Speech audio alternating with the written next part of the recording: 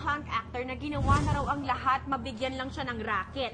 Dumikit pa siya sa isang sikat na aktres at nalink pa dito para lang daw mapag-usapan. Pero wala pa rin nangyari sa career niya. Ngayon, nagpapasexy na lang daw ito. Kinausap na lang daw niya ang manager niya. Ito ang eksena with Barbie Fortesa as the hunk actor at si Mars Cans as the manager. Okay. Sure. Manager, ano bang balita? Bakit ba hanggang ngayon tenga pa rin ako? Alam mo, kumalma ka lang, hunk actor. Baka kasi gusto mong mag-acting workshop ka muna, gano'n. Ay, hindi pwedeng ganun. Hindi pwedeng walang mangyari sa career ko. Gusto mo bang mapaltan ka na lang bilang manager ko? And cut! Sino siyang actor na nagpalit na ng manager with the hope of mag-improve ang kanyang showbiz career? Ito ang ating mga Hindi clues. ko, kilala ko yan. Bigyan mo ako ng chance! Hindi. Feeling ko, kilala ko na yan. Bayaba. Bench.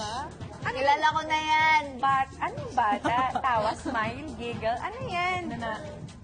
Meron ba? Hindi ako na-inform. Ang galing mo.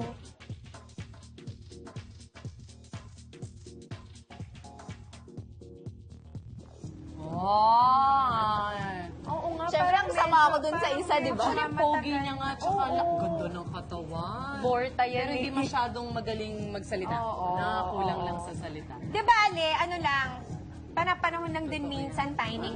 So, nga mo, wait ka lang dyan. Darating yung tamang project para sa'yo.